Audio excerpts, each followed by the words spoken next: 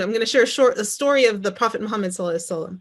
And why this relates is because for a lot of us growing up as Muslims, we have absorbed the people-pleasing message of we are essentially responsible for other people's emotions and well-being and happiness, and that what we do and how we behave, we've got to watch out about it because we don't want to make other people jealous, and you have to be kind to your sister and make her happy, and all of these things.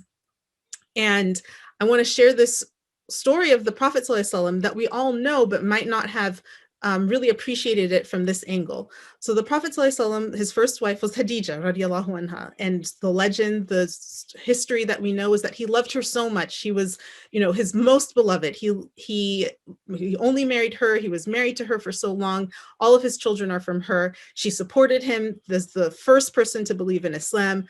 Her wealth was to support the ummah. Her everything that he essentially, when he received revelation, had Khadija, when he came down home from the mountain, shaking, crying, say, I saw an angel, I think I've gone insane. If she had been like, oh my God, maybe you have gone insane, it would have been over. He would have not had the capacity to believe. So he knew that her belief in him is what gave him the strength to believe that he wasn't crazy, and then to persevere on this incredibly difficult task that Allah had given him. So he loved her so much. Okay. She passes away. He marries other women. One of his wives is Aisha radiallahu anha. So we know Aisha was the youngest wife, and she loved the Prophet sallallahu alaihi wasallam, and he loved her also so much, but she was also very jealous. And he would mention Khadija here and there. He would also go and give gifts to her family and her friends, and these things would make Aisha jealous. So what I want to remind us all in this story is that the Prophet ﷺ did not stop. He did not stop talking about Khadija or sending gifts to her family, even though it made Aisha jealous. And he had a lot of issues with Aisha and his other wives, that they would all get jealous and had different turmoils. And it could have been easier for him as a husband, as a man, to be like, okay, I'm not going to talk about Khadija anymore. It's causing a lot of turmoil in my current marriage to talk about my dead wife. I'm just not going to do it. But he didn't. He kept talking about Khadija, and he kept giving her gifts. Why? Because her feelings, Aisha's feelings, was not his responsibility. He is not responsible for making Aisha feel good. He is not responsible for making Aisha not be jealous. That's not his job. It's Aisha's job to regulate her own emotions and deal with her own jealousy and handle those issues. His truth was that Khadija was a great love and was the everything for him to become a prophet. And he could not deny that because it made someone else feel bad. So I saw a lot of questions in the chat about what do we do about our parents? Our parents, are we supposed to be obedient to them?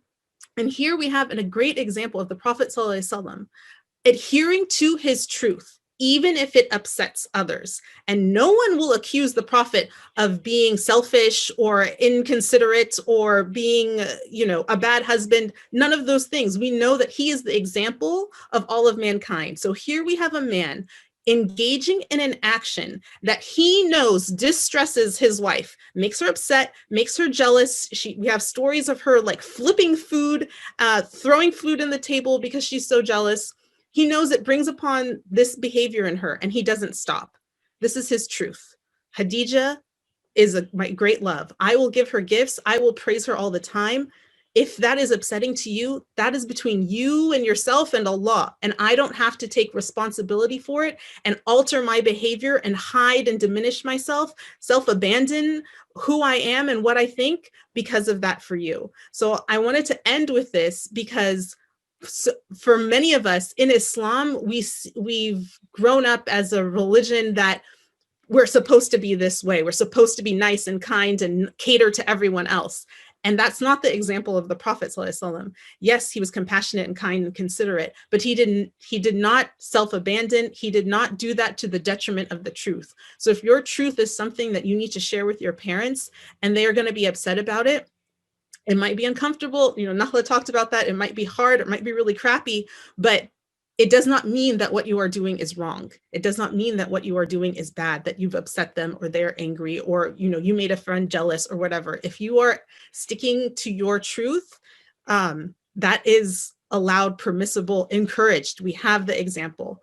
So hopefully that's helpful to you guys, because it relates to so many layers of, especially the people pleasing and the self-worth and self-love, putting ourselves last. We have distorted Islam to mean that we just kind of have to mesh and adhere to what everyone thinks we should be. And that was not the message of Islam, and that was not the example of our Prophet, sallallahu alaihi wasallam.